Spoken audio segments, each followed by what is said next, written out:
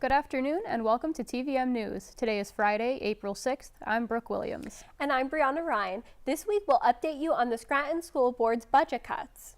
We also have the latest on the shooting at the YouTube headquarters in San Bruno, California. And we'll check in with TVM sports anchor Nicolo Manzo to find out the latest happening in the world of sports. A Marywood student is facing charges after making terroristic threats. Nicholas Osterstrom was arrested on campus after a student reported he had threatened another student through text messages. Osterstrom was released on $60,000 bail.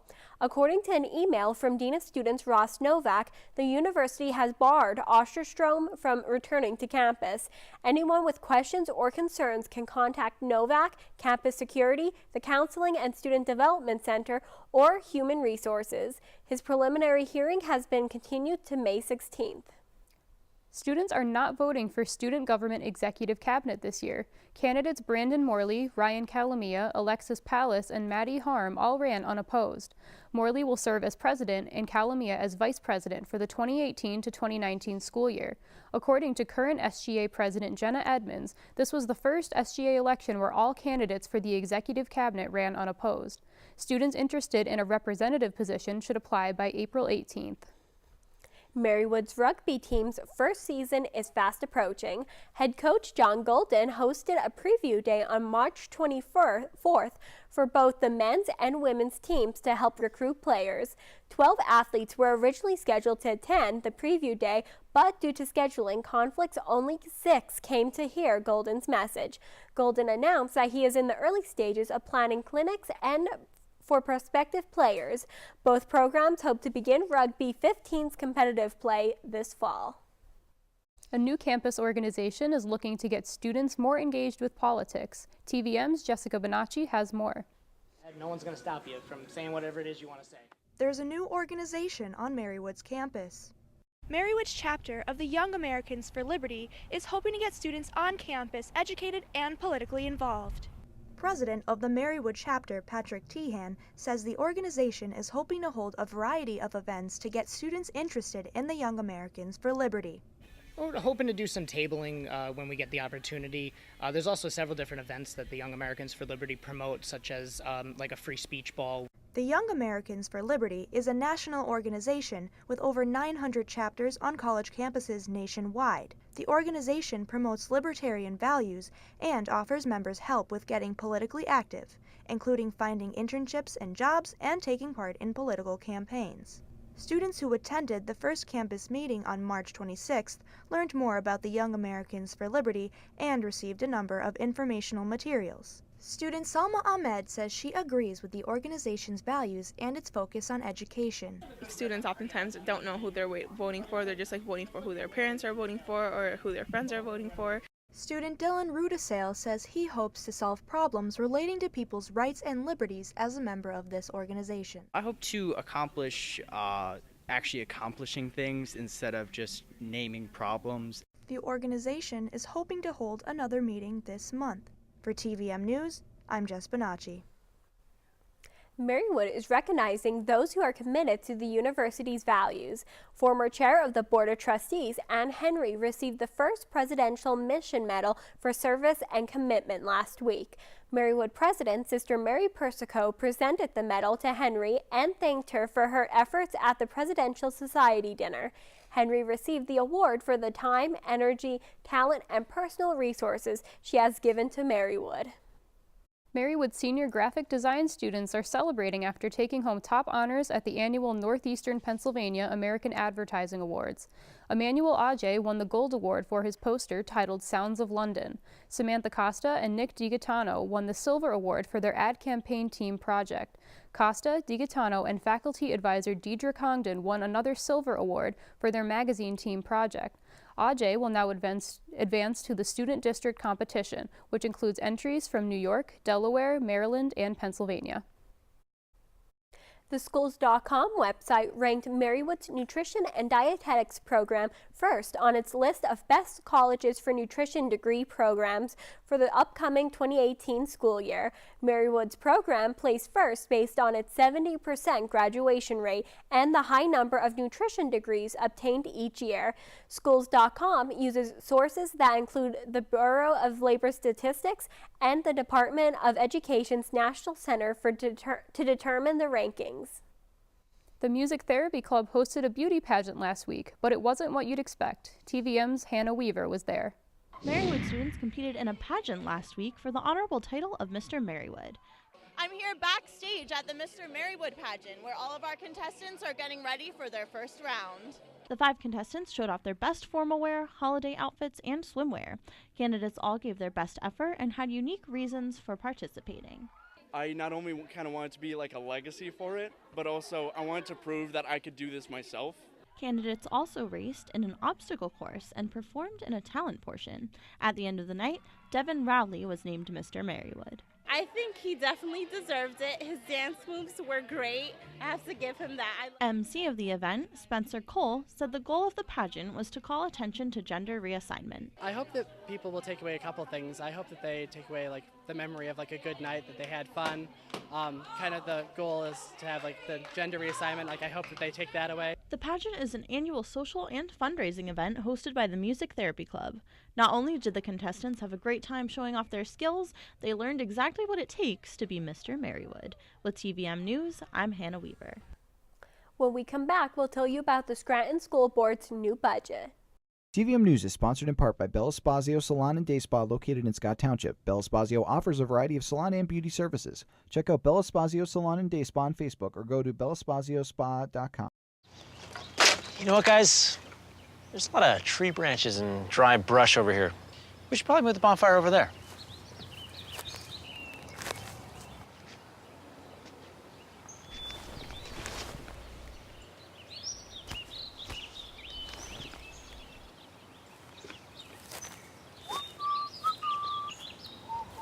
I'm guessing Smokey liked that idea.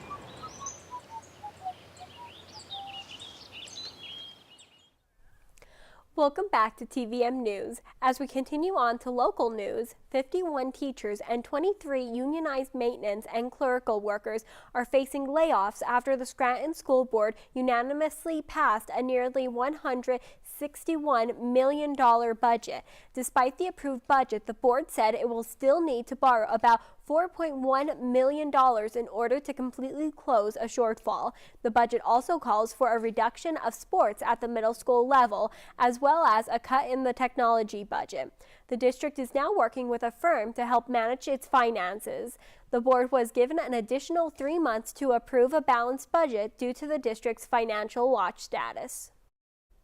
A Scranton school director is returning to the board after resigning days earlier. School director and transportation committee head Bob Lesh quit through a text sent to the board secretary and the school's superintendent. Lesh said he changed his mind after his family expressed disappointment in the decision. Lesh gets to keep his position because he never submitted a formal resignation to the board. In Scranton, locals showed their support for the March for Our Lives movement by participating in a march to the Lackawanna County Courthouse. TVM's Jenny Wen was there. Students, teachers, and families of Lackawanna County joined together to raise their voices and march through the streets of Scranton in support of common sense gun laws. The march took place on Saturday, March 24th, the same day as the March for Our Lives rally in Washington, D.C. The Scranton community organized the event in support of the movement. Before the march, young student leaders held a rally near Scranton High School to discuss the issue of gun violence and how it affects the high school students. I feel inspired that all these other people are doing the same thing that I want to do to help prevent gun violence be a problem in the society anymore. Congressman Matt Cartwright attended the event to show his support for the Scranton community. I'm out here to support the marchers and the students and the children and their parents. This is a wonderful thing. This is what we need. I'm standing here on North Washington, downtown Scranton, next to the courthouse, where the marchers will begin to arrive. The marchers crowded the courthouse square, where more students held speeches. Pennsylvania State Representative Sid Michaels-Kavulich joined the student speakers to encourage the younger generation to use their voices to become leaders. Stand together, stand strong, don't be afraid to speak your mind. I would hope that these young people take this opportunity to realize that they have a voice and to realize that they are not only shaping our country right now, but that our young people are going to be our leaders eventually. And now is the time to become informed, and now is the time to speak and let everybody know their feelings. Keystone College students express how it is important for students to keep moving forward for change. We need to be consistent. Today is just day one. We need to keep moving forward. Also, most importantly, we have to vote. Like Sean said, this is the first day. It cannot stop today. Today cannot be the end. We gotta keep going. For TVM News, I'm Jenny Nguyen.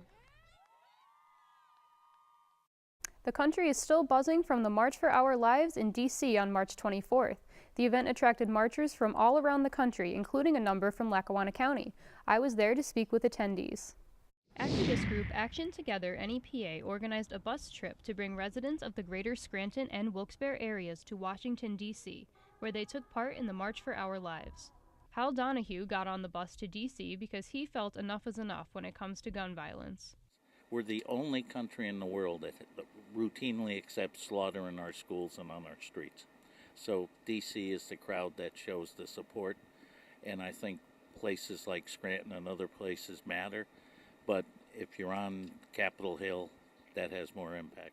This was Teresa Kaplan's 8th time protesting in Washington, D.C. I think that we really need to show the politicians in D.C. that there are numbers behind this movement. I hope that the politicians stop paying so much attention to the NRA and their influence and listen to the will of the people. For TVM News, I'm Brooke Williams. A couple from Greenfield Township is facing charges of institutional sexual assault and other offenses. Ruth Baguetta was the band director at Lakeland Junior-Senior High School. She allegedly knew about and supported a relationship between her husband Nick, who was a teacher at Feld Charter School, and an 18-year-old student. The sexual allegations date back to 2016 when the student was 16 years old and the Baguettas were not yet married. Both teachers have been suspended from their respective schools. The magisterial district judge released the couple on $100,000 bail. Their preliminary hearings will be held on Monday. An insurance agent from South Abington Township is facing possible prison time after overbilling clients and charging for lapsed policies. Timothy Hewitt pleaded guilty to 5 counts of insurance fraud and 1 count of forgery after he charged 6 clients over $200,000 for performance bond insurance without buying from Liberty Mutual. All charges are third-degree felonies that could lead to 7 years in prison and a maximum fine of $15,000. Hewitt's sentence is pending. A convenience store chain is trying to add a location in Scranton. Plans for a Sheetz convenience store on Linden Street and 7th Avenue are being reviewed by the city's planning commission. The gas station will feature a drive-through, the capacity to fuel 10 vehicles at once, and beer sales if approved. It would be the 4th Sheetz in Lackawanna County. The site will also employ at least 25 people with groundbreaking in August and the opening early next year. Our crew headed to D.C. for the March for Our Lives. That coverage and more national news is up after the break. But first, let's take a look at next week's weather.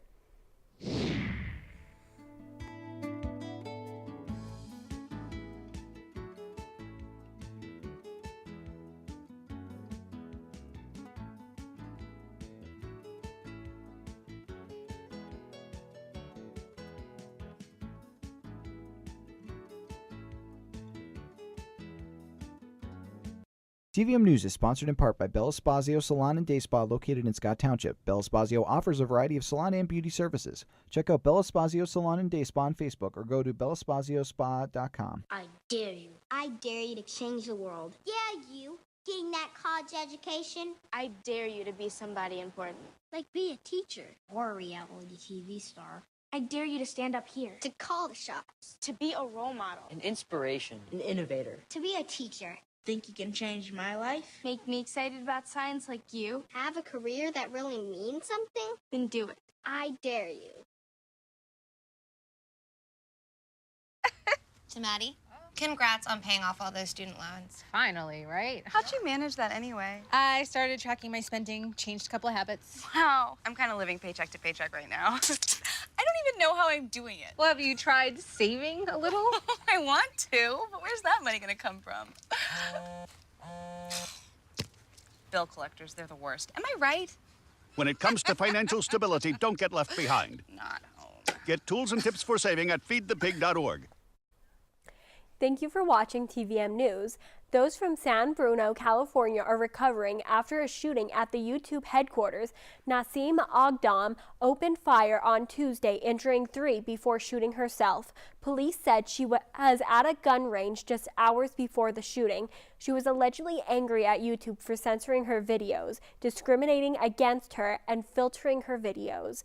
Agdam legally purchased the gun she used in the shooting. Chief of San Bruno Police Department Ed Barberini discussed Ogdon's motive for the shooting. Well, we know that she was upset with YouTube, and we've determined that right now that's the motivation that we've identified. Whether that rises to the level of terrorism, hopefully will be determined in the next couple weeks once we sift through all of the evidence that we have to sift through, which is quite a bit. Pennsylvania Avenue in our nation's capital was filled with hundreds of thousands of protesters from across the country during the March for Our Lives. I was there to speak with some of the marchers.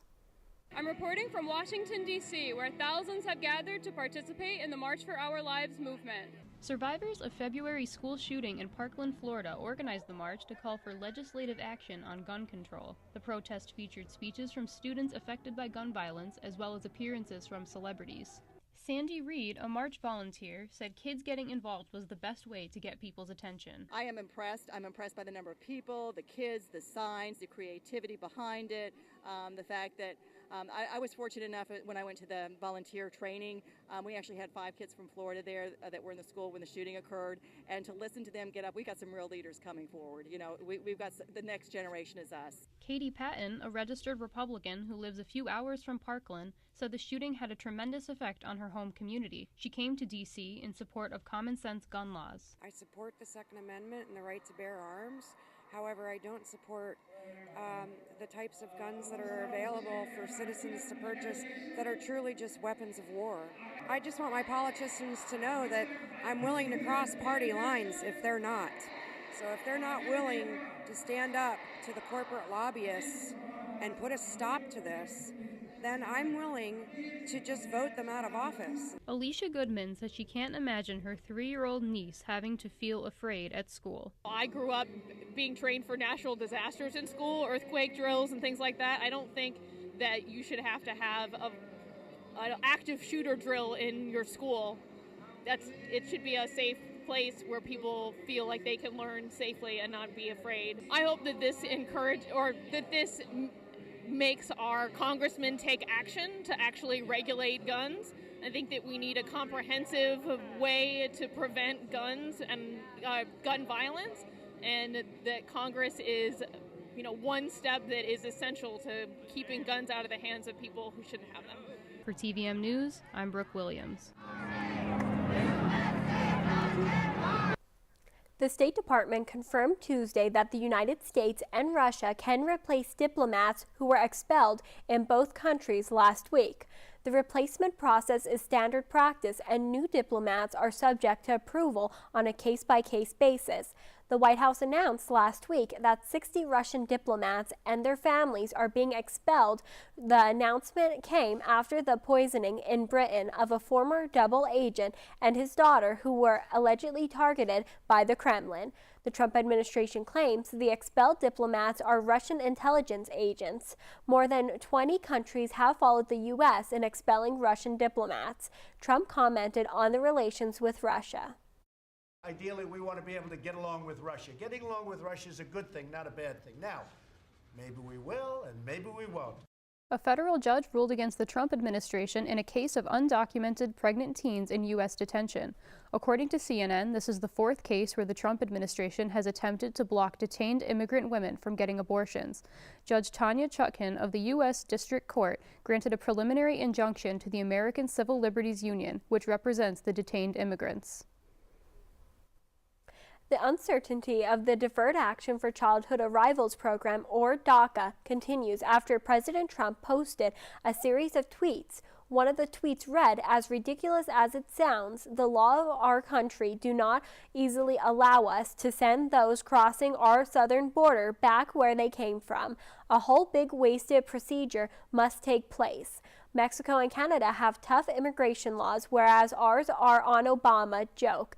Act Congress." He accused Mexico of doing little to prevent migrants from crossing the border into the U.S. Trump threatened to halt the North American Free Trade Agreement and called for a border wall. His attempt to negotiate a deal with Congress over DACA has been unsuccessful over the past months. After he ordered the program to end last year, Trump said he would protect DACA recipients if Congress approves funds to build a wall between the U.S. and Mexico. A data breach at Lord & Taylor and Saks department stores compromised customer payment data last week. The breach occurred at Saks Fifth Avenue, Saks Off Fifth, and Lord & Taylor stores throughout North America.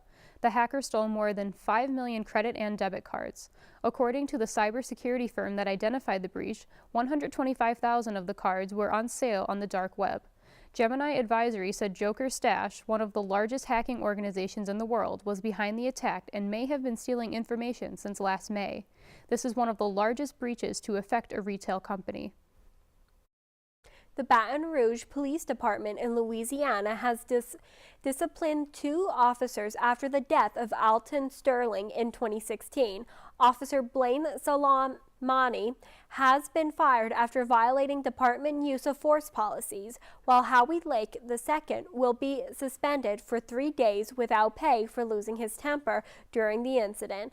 Police Chief Murphy Paul released 4 videos of the incident taken from a convenience store surveillance video, 2 police-worn body camera videos, and a dashboard camera in one of the police cars. Sterling's 5 children have filed a wrongful death lawsuit against the city of Baton Rouge. Protesters in Sacramento are taking to the streets following the shooting of an unarmed black man. Police killed 22-year-old Stephon Clark in his grandmother's backyard on March 18th. Officers first responded to a call about a man allegedly breaking into cars. When 2 officers found Clark, they thought he was holding a gun and fired at him 20 times. Clark was unarmed. An autopsy revealed he was hit 8 times with 6 shots hitting him in the back. The 2 officers who responded to the call are now on administrative leave. A Sacramento woman is recovering after being struck by a police vehicle while protesting. The police killing of Starlin Stephon Clark. Wanda Cleveland sustained injuries to her arm and head after being hit by the cruiser. The incident happened after a group of marchers surrounded 2 police cars. Cleveland came between the 2 vehicles and was hit. The California Highway Patrol is investigating the incident while the police department is conducting an internal review as to whether the officer acted appropriately. The national drug problem continues to escalate, and this time it's not an opioid. The supposedly non-addictive painkiller gabapentin is primarily used to treat shingles pain and control seizures, but it's becoming a go-to for addicts. The drug was first classified as a controlled substance last year after it led to 1/3 of fatal overdoses in Kentucky. Police in Ohio have reported a severe rise in the abuse of the drug and said pills are being sold in college towns for as little as 75 cents. Gabapentin is approved by the U.S. Centers for Disease Control and Prevention as a non-opioid treatment for chronic pain. Doctors believe the drug is now becoming a problem due to overprescribing. A 13-year-old boy from Vermont may not be old enough to vote, but that isn't stopping him from running for governor. 8th grader Ethan Sunhuborn will be campaigning on a platform for stricter gun control ahead of Vermont's Democratic primary in August. He is the youngest candidate to run for governor in Vermont history. The state has no minimum age for gubernatorial candidates. Vermont Secretary of State Jim Condos said that his office will likely discuss a minimum age in the next year. Up next, we'll check in with TVM sports anchor Nicolo Manzo. Don't go anywhere. TVM News is sponsored in part by Bella Spazio Salon and Day Spa located in Scott Township. Bella Spazio offers a variety of salon and beauty services. Check out Bella Spazio Salon and Day Spa on Facebook or go to bellaspazio.spa.com. Here's your check.